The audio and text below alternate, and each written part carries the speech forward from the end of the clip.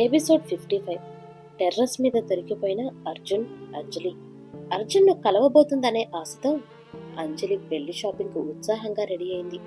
తండ్రి రంగయ్య సాయంతో తన ఫోన్ను తిరిగి సంపాదించి గీత ద్వారా అర్జున్ను కూడా టౌన్కి రమ్మని కబురు పంపింది. అందరూ కలిసి రుద్రకారులో బయలుదేరగా అంజలి ముఖంలో కనిపిస్తున్న వింత సంతోషాన్ని గమనించిన రుద్ర ఏదో తెలియని కంగారుకు లోనయ్యాడు. ఇదిలా ఉండగా సరిగ్గా గంట క్రితం గీత నుండి మెసేజ్ రాగానే శివ, అర్జున్ రెడీ అయ్యారు. అనుకున్నట్టుగానే అంజలి వాళ్ళ కారును కాస్త దూరం మెయింటైన్ చేస్తూ ఎవరికీ అనుమానం రాకుండా బైక్ మీద ఫాలో అవ్వడం మొదలుపెట్టారు. ముందుగా అందరూ జ్యువెలరీ షాప్కు చేరుకున్నారు. లోపల రకరకాల నగలు చూపిస్తుంటే అంజలికి మాత్రం అవేవీ కంటి కానడం లేదు. ఆమె ధ్యాసంతా బయట రోడ్డు మీదే ఉంది. ఇంతలో, ఏంటే అర్జున్ ఎక్కడా కనిపించడం లేదు? శివ వాళ్ళు వచ్చారో లేదో ఒకసారి కనుక్కో అని గీతను మెల్లగా అడిగింది అంజలి. గీత వెంటనే శివకు మెసేజ్ పంపగా, మేమొచ్చాము కానీ జ్యువెలరీ షాప్లోకి వస్తే అంకుల్ వాళ్ళకి దొరికిపోయే ప్రమాదం ఉంది. అందుకే మీరంతా బట్టల షాప్లోకి వెళ్ళాక అక్కడికి వస్తాం అని రిప్లై ఇచ్చాడు శివ.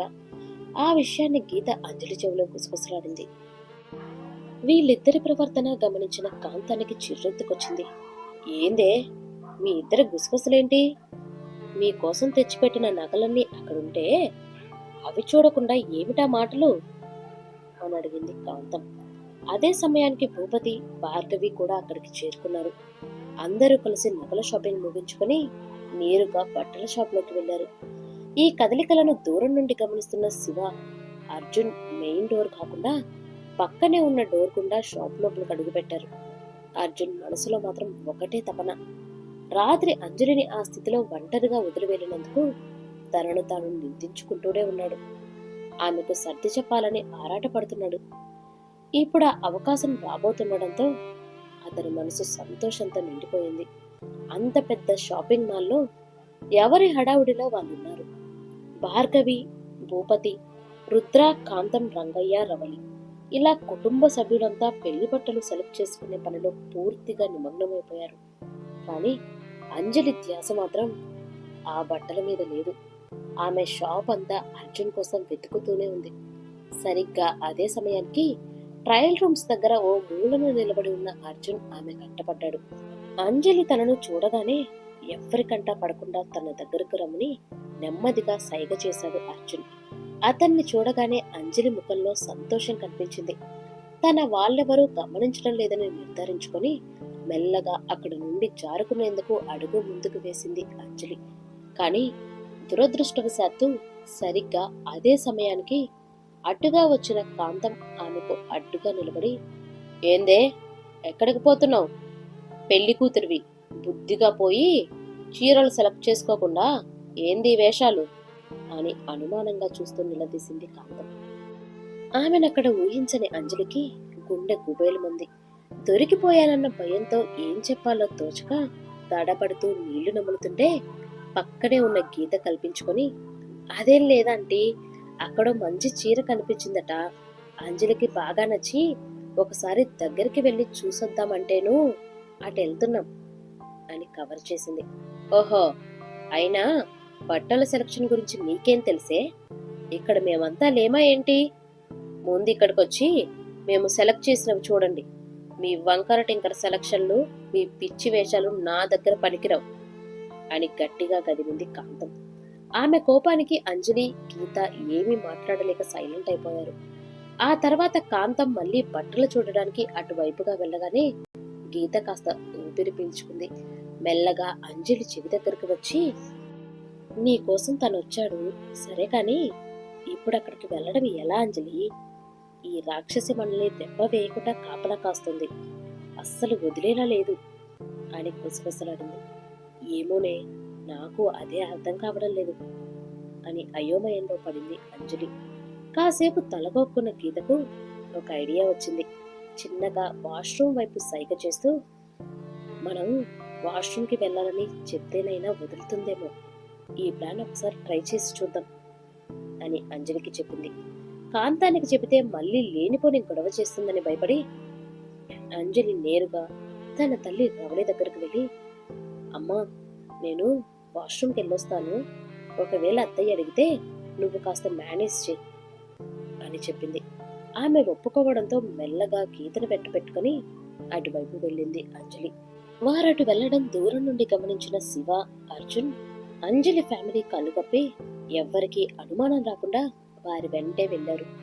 వాష్రూమ్ ఏరియాకు చేరుకోగానే అర్జున్ ఒక్కసారిగా ఆగి, గీత, నువ్వు శివ ఇక్కడే ఉండండి, ఎవరైనా వస్తే చూసుకోండి, మేము వెంటనే వెళ్ళి వచ్చేస్తాం అని చెప్పి గీత సమాధానం కూడా వినకుండానే అంజలి చెయ్యి పట్టుకుని పక్కనే ఉన్న లిఫ్ట్ లోకి తీసుకెళ్లాడు.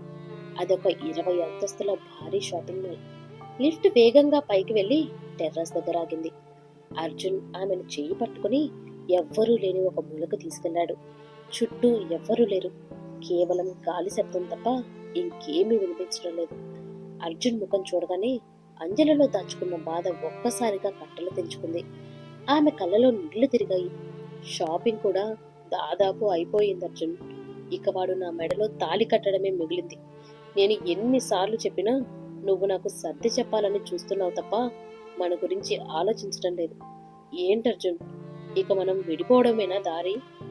నాకు ఇష్టం లేకపోయినా ఆ రుద్ర చేతికి నన్ను అప్పజెప్పేస్తావా అని ఏడుస్తూ అడిగింది. ఆమె కన్నీళ్లు అర్జున్ గుండెలను పిండేశాయి.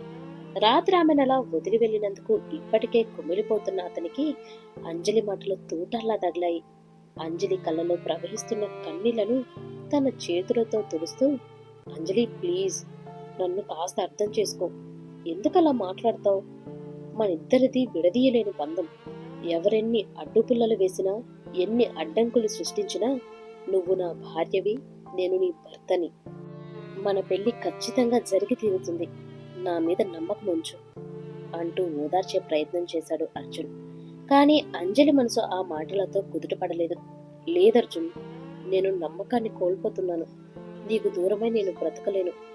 మన లవ్ సక్సెస్ అవ్వాలంటే ఆ బంధం పెళ్లి పీటల వరకు వెళ్ళాలి కదా. ప్లీజ్ అర్జున్, నన్నిప్పుడే ఇక్కడ నుండి ఎక్కడికైనా తీసుకెళ్ళిపో, నన్ను పెళ్లి చేసుకో అంటూ ప్రాధేయపడింది. అర్జున్ ఆమెను దగ్గరకు తీసుకుని ఓదార్పుగా గుండెలకు హత్తుకుని, అంజలి, ఇద్దరు మనుషులు కలిస్తే ప్రేమ, 2 హృదయాలు కలిస్తే బంధం, కానీ 2 కుటుంబాలు కలిస్తేనే అది పెళ్ళవుతుంది. నీకు ఇష్టం లేని ఈ పెళ్లిని నేను ఏమాత్రం జరగనివ్వను. ఏదో ఒకటి చేసి నిన్ను నాదాన్ని చేసుకుంటాను. కానీ ఇప్పుడు మనం ఇలా పారిపోతే 2 కుటుంబాలకు తీరని అవమానం మిగిలిపోతుంది. దయచేసి నన్ను అర్థం చేసుకో, నా మాట నమ్ము, పద కిందకెళ్దాం, లేదంటే మీ వాళ్ళకు అనుమానం వచ్చి పెద్ద గొడవ అవుతుంది అని నచ్చజెబుతూ ఆమె చెయ్యి పట్టుకుని లిఫ్ట్ వైపు వెళ్ళాడు. కానీ అప్పటికే సమయం మించిపోయింది. వారు లిఫ్ట్ దగ్గరకు చేరకముందే రంగయ్య, రవలి, కాంతం నిప్పులు చెరుగుతూ టెర్రస్ పైకి వచ్చి నిలబడ్డారు. వారిని చూడగానే అంజలి గుండె ఆగినంత పనైంది. ఇక అంజలిని అర్జున్తో చూసిన రంగయ్య ఇప్పుడు ఏం చేస్తాడని మీరు అనుకుంటున్నారు? అర్జున్ పై చేయి చేసుకుంటాడా, లేక అంజలిని సైలెంట్ గా ఇంటికి తీసుకెళ్లిపోతాడా? తెలుసుకోవాలంటే నెక్స్ట్ ఎపిసోడ్ కోసం ఎదురు చూడండి.